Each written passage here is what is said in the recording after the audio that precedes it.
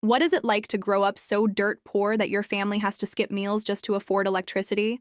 Completely unaware that a piece of paper signed 80 years ago by a man you never met was quietly collecting interest in a dark vault, for 18 years we lived in survival mode. We thought we were cursed.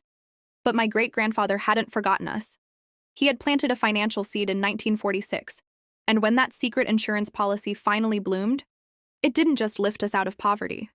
It completely shattered the cycle of struggle for generations to come. Growing up, we didn't just experience poverty, we lived inside it. My mother worked 2 jobs, cleaning offices at night and flipping burgers during the day. My dad's back was broken from years of manual labor, leaving him barely able to walk. We lived in a cramped, rented 2-bedroom trailer in rural Ohio. Winter was our enemy because we couldn't afford heating. We slept in our winter coats, huddled together on a single mattress just to share body heat. I remember asking my mom why we couldn't have cereal with milk like the kids on TV. She just looked away, wiping a tear, and handed me a slice of stale bread dipped in water and sugar. That was our dinner.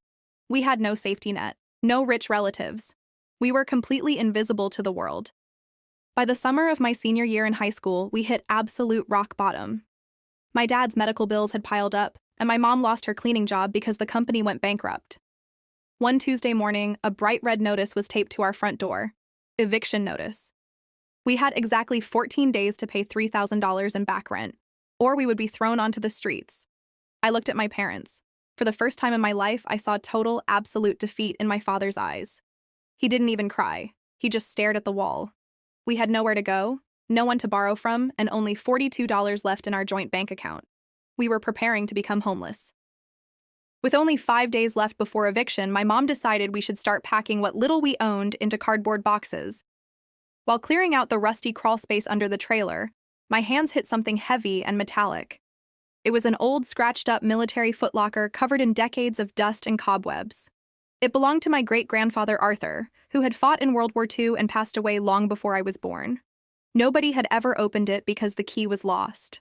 But with nothing left to lose, I grabbed a hammer and smashed the rusted lock open. Inside were old black and white photos, a silver military medal, and a thick, yellowed leather binder. Inside that leather binder, buried under old letters from the 1940s, was a heavy, official-looking document with a gold wax seal. The top of the page read, "The Grand Premium Life and Inheritance Assurance Policy, 1946. It was issued by a prominent financial institution in New York that was still active today. It was signed by great-grandfather Arthur. According to the terms, he had deposited a lump sum of money he received after his military discharge into a specialized long-term compound interest insurance trust. The document stated that the policy could not be touched, altered, or claimed by anyone until exactly 80 years had passed from the date of his enlistment. That exact maturity date? It was just 3 weeks ago. My hands were shaking as I showed the document to my parents. My dad shook his head, sighing. "Son, that was 80 years ago. That company probably doesn't exist, or the money is long gone. Don't build up hope. It hurts worse when it breaks." But I couldn't let it go. The next morning, using my cheap, cracked smartphone, I dialed the corporate claims number listed on the modern website of that New York financial institution. After being transferred to 4 different departments, I finally reached a senior archivist in the high net worth estate division. I gave him the policy serial number written under the gold seal. There was silence on the line for almost 2 minutes. I could hear the rapid clicking of a keyboard. When the archivist came back on the phone, his voice had completely changed. It was no longer polite and robotic. It was urgent and trembling. He asked me my full name, my father's name, and if we were the direct blood descendants of Arthur. I said yes. He then told me, "Sir, you need to come to our regional headquarters in Columbus tomorrow morning. Bring the original document, the family birth certificates, and your identification. Do not mail this document. Bring it personally." I asked him how much the policy was worth. He hesitated and said, "I am not authorized to disclose the exact figure over an unsecure line, but please, do not miss this meeting." We didn't even have enough gas in our old, rusted sedan to make the 2-hour drive to Columbus. My mom had to swallow her pride and beg our neighbor for $20 for gas money, promising to pay it back by the weekend. The drive was completely silent. None of us wanted to say it out loud, but we were all praying for a miracle. Maybe it was worth $5,000. Maybe $10,000. That would pay our rent and save us from the streets. That was all we wanted.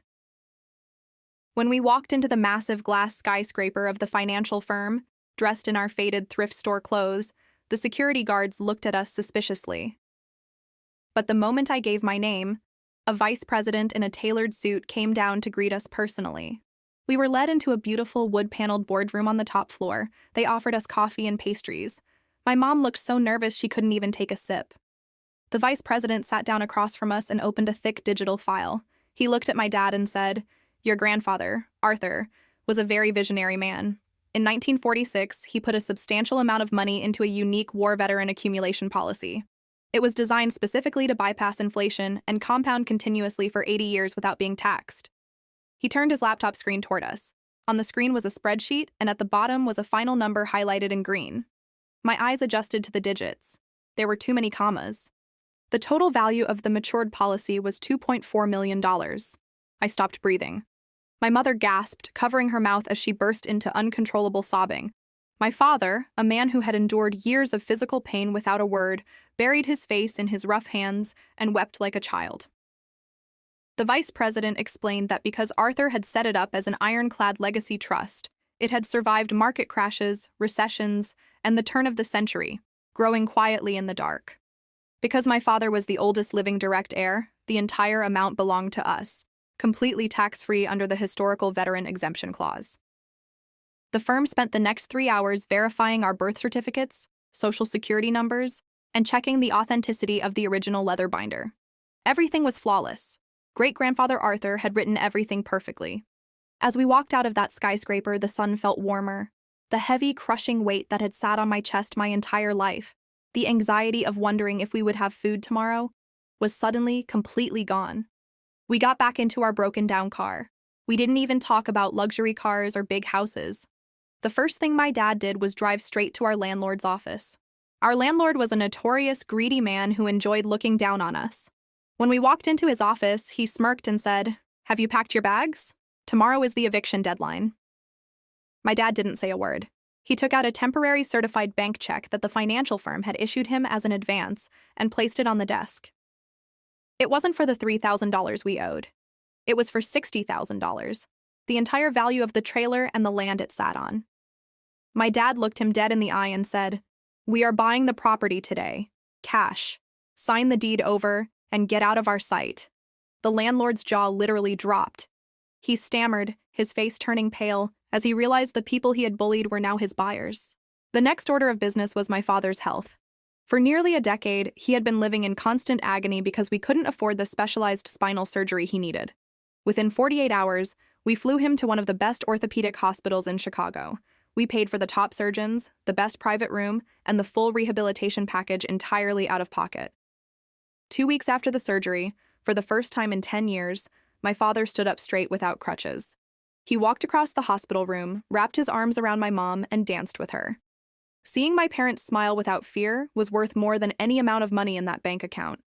We didn't waste the money on flashy jewelry or sports cars. We grew up poor, so we respected the value of $1. We bought a beautiful, modest 4-bedroom brick home in a quiet, safe neighborhood with a large backyard for my dad to walk in. We set up a fully funded retirement account for my mom so she would never have to clean another floor or flip another burger for the rest of her life. For me, they set up a college trust fund.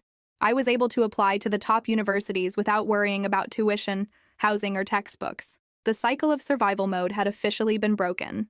A month after our lives changed, we traveled to the military cemetery where great-grandfather Arthur was buried.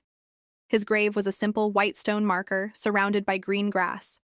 We brought a massive bouquet of fresh flowers. My dad knelt down by the headstone, gently polishing the engraved name with his jacket sleeve. We realized that 80 years ago, Arthur was living through tough times himself. He knew the struggles of the world, and he wanted to make sure that even if he wasn't there to protect his future family physically, his hard work would protect them financially. He had looked decades into the future to save us. Today, I am preparing to graduate from university with a degree in finance. I want to honor my great-grandfather's legacy by learning how to protect and grow what he left us, so it can help my own future children and grandchildren. We still keep that old yellowed leather binder with the gold wax seal in a glass case in our new living room. It is a daily reminder of where we came from, and the silent hero who saved us from the dark. Poverty is a heavy cage, but love and foresight can break any lock. We were poor, we were broken, but we were never truly abandoned. Outro hook. Sometimes the heroes who save our lives are the ones we never got to meet. If this incredible transformation story brought a tear to your eye, hit that subscribe button right now. Smash the like button to honor great-grandfather Arthur, and comment below with the word miracle if you believe everything happens for a reason. Don't miss Story 17 next week. Turn on notifications because it's going to be wild.